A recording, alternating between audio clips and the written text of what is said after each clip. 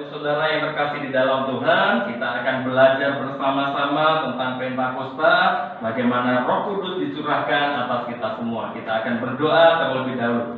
Terima kasih Tuhan atas kasih dan anugerah Tuhan yang Tuhan curahkan bagi kami semua. Kami telah memuji, memuliakan nama Tuhan, dan sekarang kami rindu untuk kami mendengarkan sabda kebenaran firman Tuhan.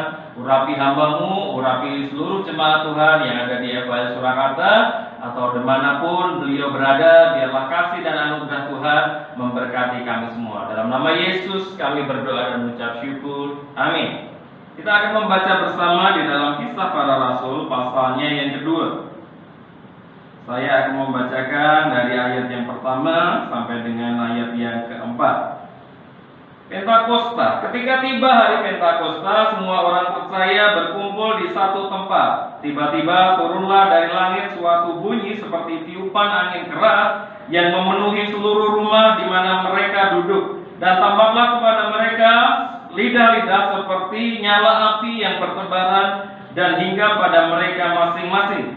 Maka penuhlah mereka dengan Roh Kudus, lalu mereka mulai berkata-kata dalam bahasa-bahasa lain seperti yang diberikan oleh Roh itu kepada mereka untuk mengatakannya. Bapak Ibu Saudara yang terkasih di dalam Tuhan, peristiwa ini terjadi sesudah Tuhan Yesus naik ke surga.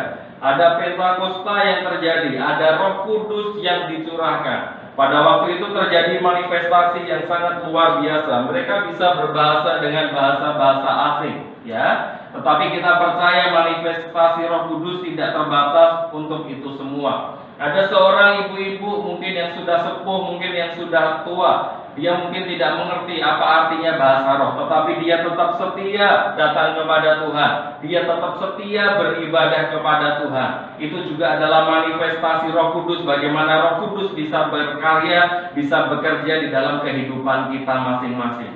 Ya, hari-hari ini banyak orang merasa berat. Hari-hari ini banyak orang di PHK. Hari-hari ini banyak orang merasa tertekan. Inilah kesempatan kita anak-anak Tuhan untuk kita bisa mewujud nyatakan kasih Tuhan di dalam setiap kehidupan kita. Kita harus percaya Tuhan Yesus senantiasa menolong melalui peran Roh Kudus di dalam setiap kehidupan kita. Ada kasih Bapa juga yang senantiasa tinggal di dalam kehidupan kita. Jadi kita tidak perlu merasa seorang diri. Bagi jemaat Tuhan yang masih ada di luar kota, mungkin belum bisa pulang ke kota Solo, percayalah walaupun kita dipisahkan dengan berbagai jarak bahkan waktu, tetapi kasih anugerah Tuhan itu senantiasa ada di dalam setiap kehidupan kita. Khususnya untuk jemaat Tuhan di FAL, di Iman Pengharapan dan Kasih, mari kita sama-sama saling mendoakan. Mari kita sama-sama saling mendukung. Mari kita sama-sama berjuang untuk memberitakan Injil, sebab itulah yang Tuhan mau, ya, seperti dinyatakan di dalam amanat agung yang akan saya bacakan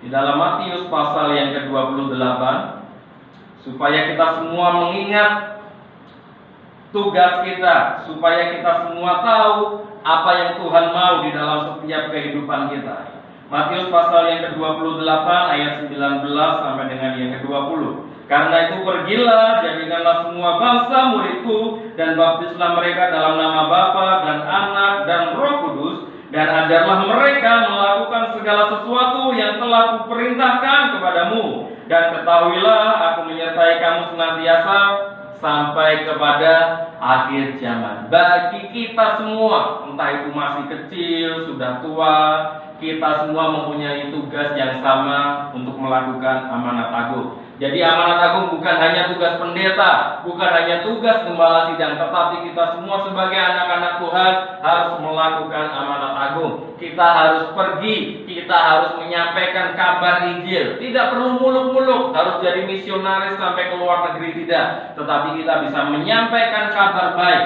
kepada keluarga kita, kepada orang-orang di sekitar kita, dengan cara selalu mengucap syukur di dalam segala hal. Di dalam segala keadaan ini, walaupun terasa berat, walaupun terasa sulit, kita tetap bersyukur sebab kita punya Allah yang hidup. Selalu andalkan Tuhan di dalam setiap setiap kehidupan kita, selalu cari Tuhan di dalam setiap kehidupan kita. Mari kita mengutamakan Tuhan di dalam setiap kehidupan kita, maka berkat-berkat Tuhan pasti akan dicurahkan di dalam setiap kehidupan kita.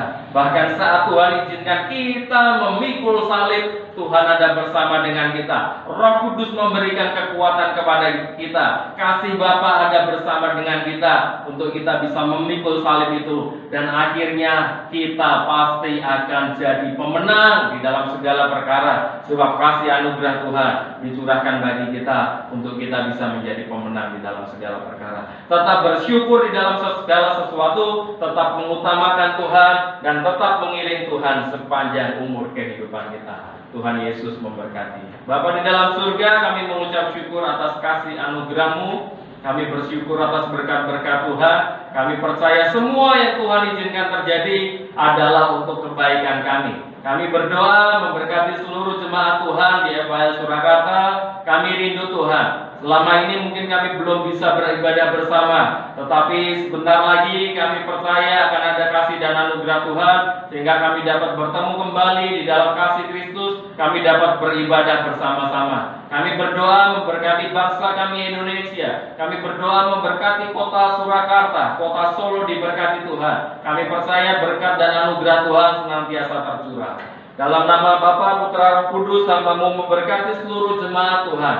Diberkatilah di dalam keluarganya, diberkatilah di dalam kesehatannya, diberkatilah di dalam masa depannya. Segala hal yang kami lakukan bersama dengan Tuhan, Tuhan membuatnya berhasil. Biarlah kasih dari Allah Bapa, cinta kasih dari Tuhan Yesus, dan persekutuan oleh Roh Kudus menyertai kehidupan kami semua dari sekarang sampai selama-lamanya. Amin. Tuhan Yesus memberkati kita semua.